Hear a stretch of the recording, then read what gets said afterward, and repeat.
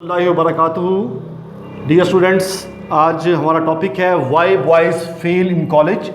Herbert Hawkes ने ये लिखा है, तवज्जो से सुनिएगा। मैं आपको इसकी ट्रांसलेशन भी कराऊंगा, पहले दो पैरे हैं बड़े हैं उनकी ट्रांसलेशन भी करवाऊंगा और साथ में मैं आपको बताऊंगा उसके हिंट्स उसके दूंगा इसमें है क्या क्या मसला क्या है। तो शुरू करते हैं। लेसन 3 है, उसका पहला ये लेक्चर है। हो सकता है 2-3 लेक्चर में एक चैप्टर कवर होता है क्योंकि बड़ा चैप्टर होता है। कोशिश मेरी होती है कि आप इसको बार बार सुन लें, आपके ज़हन में बैठ जाए। बेटा अगर बार बार सुनेंगे तो क्वेश्चंस का आपको कोई प्रॉब्लम नहीं रहेगा, आपके क्वेश्चन खुद ही तैयार हो जाएंगे।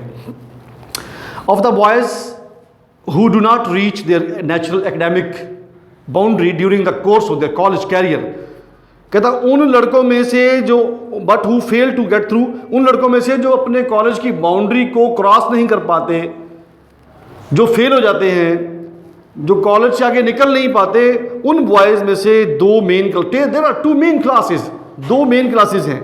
दोज हु ट्राई, वो लोग जो ट्राई करते हैं, and those who do not try, वो लोग जो ट्राई नहीं करते। 2 किस्म के लोग हैं जी। Many boys attempt seriously to make a good, बहुत से लोग बहुत कोशिश करते हैं कि बेहतर कारकर्दगी दिखाएं, and really have the native ability to do so, ऐसा करने की उनमें एबिलिटी भी होती है।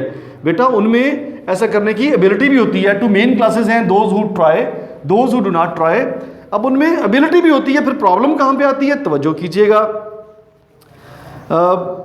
But find it almost impossible to sit at a desk and concentrate on the task. उनमें एबिलिटी नहीं होती कि वो एक जगह बैठे और अपने काम पे कॉन्सेंट्रेट कर सके, यानी कॉन्सेंट्रेशन प्रॉब्लम उनमें होती है। उन्हें बेटा कॉन्सेंट्रेशन प्रॉब्लम होती है और यही सारा मसला शुरू होता है। वो करते क्या, वो बैठते हुए क्या करते हैं, कहते हैं कि दिस इज़ द बॉय, ये ऐसे लड़के होते हैं, ऐसा लड़का होता है who sits down to study, जो पढ़ने के लिए बैठता है, ओपन्स हिज बुक, अपनी किताब खोलता है, but before starting on his work, लेकिन इससे पहले कि अपना काम शुरू कर सके, सेज टू हिमसेल्फ, अपने आप से कहता है कि आई थिंक, मेरा ख्याल है, that I had better sharpen my pencil, कि मैं अपनी पेंसिल शार्प कर लूँ, कि मैं अपनी पेंसिल शार्प कर लूँ। तो फिर कहता है इट नीड्स इट बैडली, बड़ी ज़रूरत है पेंसिल शार्प करने की, मैं अपनी पेंसिल शार्प कर लूँ। And when he has sharpened it, जब इसको शार्प कर लेता है तो बेटा फिर वो क्या करता है, he observes that all his pencils need sharpening, कि उसकी तमाम पेंसिल्स को शार्प करने की ज़रूरत है। एंड सो ऑन, चलता रहता है सिलसिला, until his time is gone, उसका टाइम ख़त्म हो जाता है। नथिंग हैज़ बीन डन, कुछ भी नहीं कर पाता। सच नर्वस हैबिट्स, ऐसी जो असाबी आते हैं, ऐसी जो इंसान की नर्वस हैबिट्स हैं, तो बेटा ये हैबिट्स इंसान को कुछ करने नहीं देती, इंसान आगे नहीं बढ़ पाता, छोटे मोटे काम करता रहता है, असल काम की तरफ वो नहीं आता, असल पढ़ाई की तरफ वो नहीं आता। Such nervous habits are not easy to uproot, ऐसी नर्वस हैबिट्स को अपरूट करना आसान नहीं है, मुश्किल है, इसको अपरूट करना आसान नहीं है। And so far as I can see can not be eradicated by anyone, इसको कोई भी शख्स खुद इरेडिकेट नहीं कर सकता, रिमूव नहीं कर सकता, इसको कोई और शख्स जो है बाय एनीवन, कोई और शख्स इसको इरेडिकेट नहीं कर सकता, कोई और शख्स इस आदत से छुटकारा हासिल नहीं कर सकता, करवा सकता, बट द बॉय हिमसेल्फ, लड़का खुद, सिवाय लड़के के कोई और शख्स इस प्रॉब्लम को हल नहीं करा सकता। इसका सलूशन ये है, आगे बयान करता हूँ। Others can see the difficulty, बाकी को मुश्किल पेश आएगी, but the boy must take himself by the collar, लड़के को चाहिए कि अपने आप को कॉलर से पकड़े, यानी अपना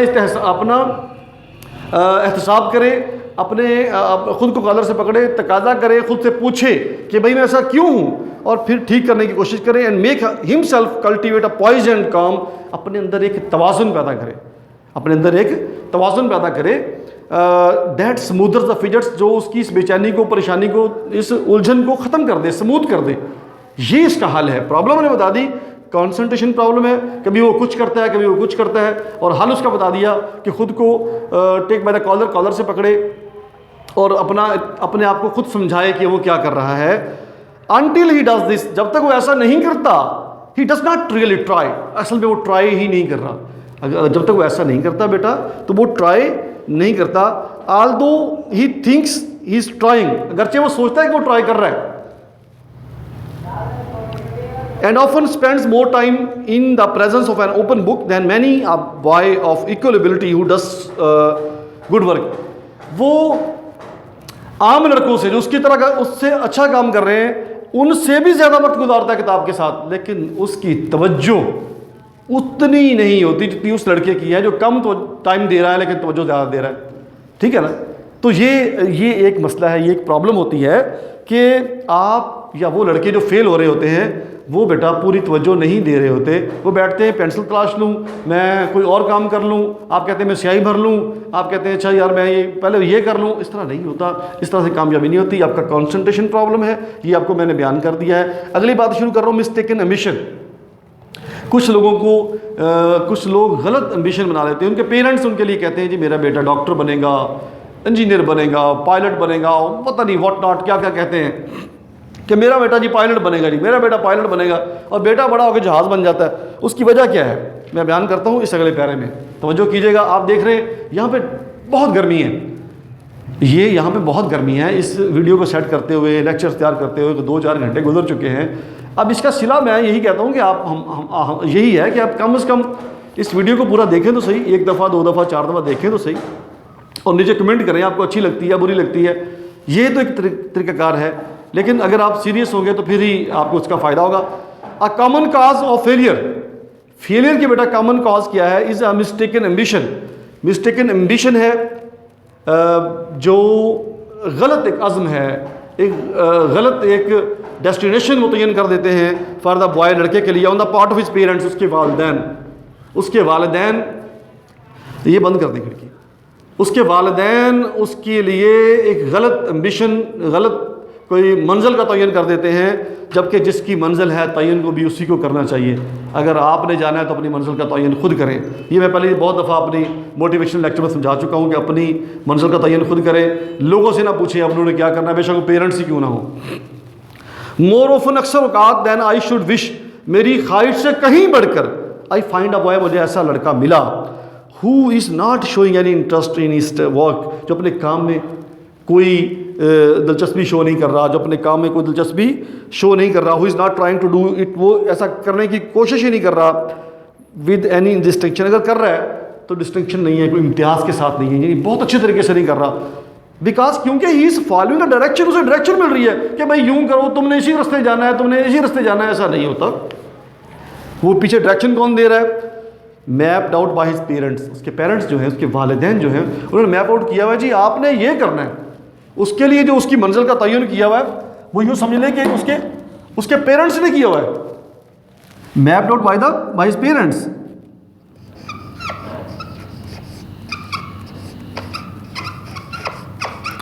mapped out by his parents. जब आपका नक्शा ही आपके पेरेंट्स ने बनाया होगा, जिसका नक्शा, तो वो कैसे, वो आगे बच्चा कैसे जाएगा? उसकी एम्बिशन उसकी मंजिलें उन्होंने तय की हैं। तो बेटा अगली बात करता है कि that runs counter to all his interest and abilities, उसकी जितने इंटरेस्ट हैं, उसकी दिलचस्पी है, उसकी एबिलिटीज़ हैं, काबिलियत है, उसको काउंटर कर देती है।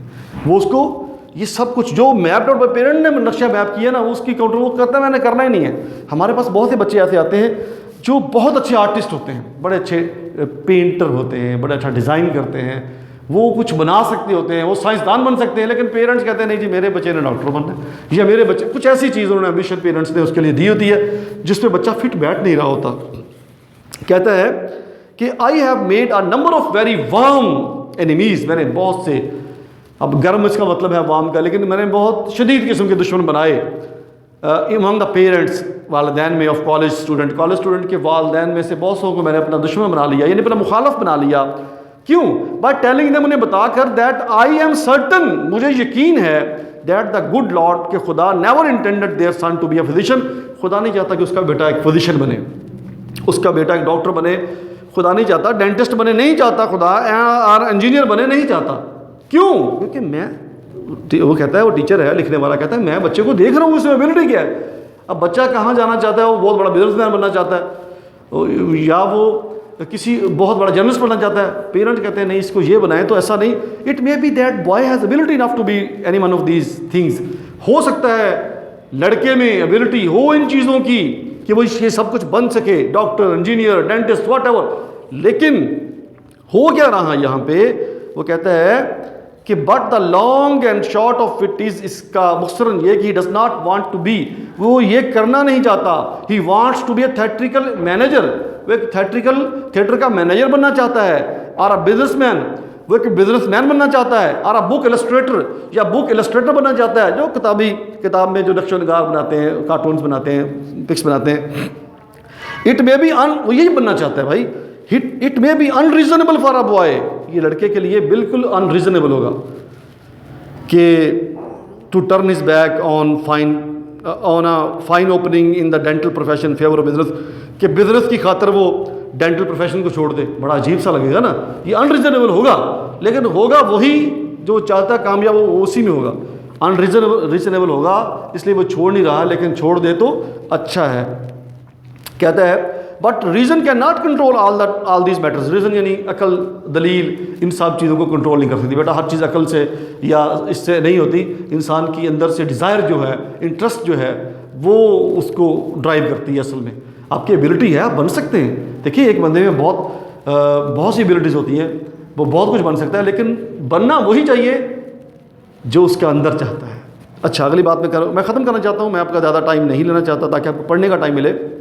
कहता है कि as well argued with the person, एक शख्स से बहुत बहस की गई, that he ought to like, ये ऐसा ही है जैसे हम किसी शख्स से बहस करें कि आट टू लाइक ऑनियंस, तो प्याज खाए, प्याज पसंद करे।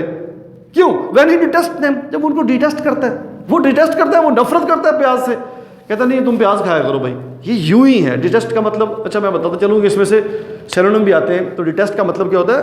एबहॉर करना। डिटेस्ट क्या होता है? इसका मतलब होता है हेट, नफरत करना। तो अब बात करते हैं, कहता है कि as a general thing the boy wins out in such controversies. इस तरह कंट्रोवर्सीज का मतलब बताता चलूँ। कंट्रोवर्सी का मतलब इख्तलाफ, इस तरह के इख्तलाफ में लड़का जीत जाता है, एंड ही शुड, उसे जीतना चाहिए। आल्सो बीट सेड, कहने दीजिए, the parent whom I have offended, usually जिन पेरेंट्स को मैंने ऑफेंड किया था, ऑफेंड होता है बेटा नाराज़ करना, नाराज़ किया था, यूजुअली आमतौर पे comes around after term of years, कुछ सालों के बाद मेरे पास वापस आते हैं, एंड टेल मी, मुझे बताते हैं, that his son was right, कि उनका बेटा ठीक कहता था, उनका बेटा ठीक कहता था, and that he is thankful to me, वो मेरा शुक्रगुजार है, for taking part of the boy, कि उन्होंने लड़के का साथ दिया इन द आर्गूमेंट, उस बहस में। सो ये लड़का कामयाब हो गया, उस्ताद ने साथ दिया। If such a boy fails, अगर लड़का फेल होता है, it is because he can not bring himself to try to do the work that is distasteful to him. अगर लड़का नाकाम होता है तो असल में उस काम की तरफ अपने आप को राग़ब नहीं कर सका, ला नहीं सका, अपनी पूरी तवन्नाइयाँ दे नहीं सका उस काम को जो उसके लिए डिसटेस्टफुल था, and that he feels is leading him in the wrong direction. वो समझता है, आखिरी लाइन है, वो समझता है कि मुझे ये चीज़ रॉन्ग डायरेक्शन में लेके चल रही है। If the college is alive, अगर कॉलेज जिंदा है, जाग रहा है, समझता है, टू इट वर्क, अपने काम में कॉलेज जिंदा है, अपना मन लगाया हुआ कॉलेज ने, एडवाइस उसकी, वो नसीहत के लिए जाग रहा है। Such cases are caught before the failure is complete, तो ऐसे cases before the failure is complete, दूसरा पैरा एंड होता है कि इस नाकामी पाए तकमील तक पहुंचने से पहले पहले वो इस पर काबू पा लेता है। कॉलेज पहले बताता है कि बेटा आप गलत सिमत जा रहे हैं, उनके पेरेंट्स को बताता है बेटा आप गलत सिमत जा रहे हैं। तो दोस्तों, साथियों, स्टूडेंट्स, अगर पेरेंट्स सुन रहे हैं तो डियर पेरेंट्स, आप अपने बच्चे को गलत डायरेक्शन ना दें। जो नक्शा आप उसे खींच कर देंगे, हो सकता है वो उस पर सफ़र ना कर सके, हो सकता है जो मंजिल आप उसे दे रहे हैं उस मंजिल पर जाना नहीं चाहता, जा सकता है। देखिए टांगे मेरे पास मौजूद हैं, मैं चल के कहीं भी जा सकता हूँ, लेकिन मेरा वो मंजिल नहीं है, इसलिए मुझे उधर कोई ना धकेले तो अच्छा है, अपने बच्चे को उधर धकेलें जो जाना चाहता है। इसके साथ ही मैं आपसे इजाज़त चाहता हूँ, इजाज़त दीजिएगा। अल्लाह हाफ़िज़।